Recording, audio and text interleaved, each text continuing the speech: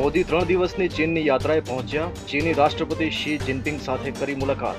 પ્રથમ દિવસે મોદીએ ટેરાકોટા મ્યુઝિયમ અને દા શિંગશાંગ મંદિરની લીધી મુલાકાત. કાબુલમાં એક ગેસ્ટ હાઉસ પર બંદૂકધારીઓનો હુમલો, 4 ભારતીય સહિત 14ના મોત.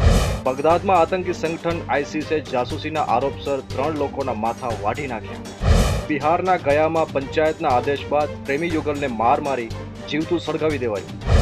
ફિલિપાઇન્સની રાજધાની મનીલામાં રબર સ્લીપરની ફેક્ટરીમાં આગ, 72 કર્મચારીઓ વળતું.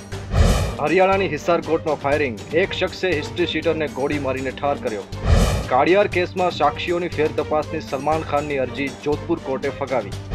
યુકેમાં સેન્ટ્રલ લેન્કશાયર લીગમાં મહિલા બોલરે મચાવી ધમાલ, પુરુષોની ક્રિકેટ ટીમમાં 8 વિકેટ ઝડપી. પોપ સિંગર મીકા સિંહ પર ગુજરાતી અભિનેત્રીનો 27 લાખની છેતરપિંડીનો આક્ષેપ.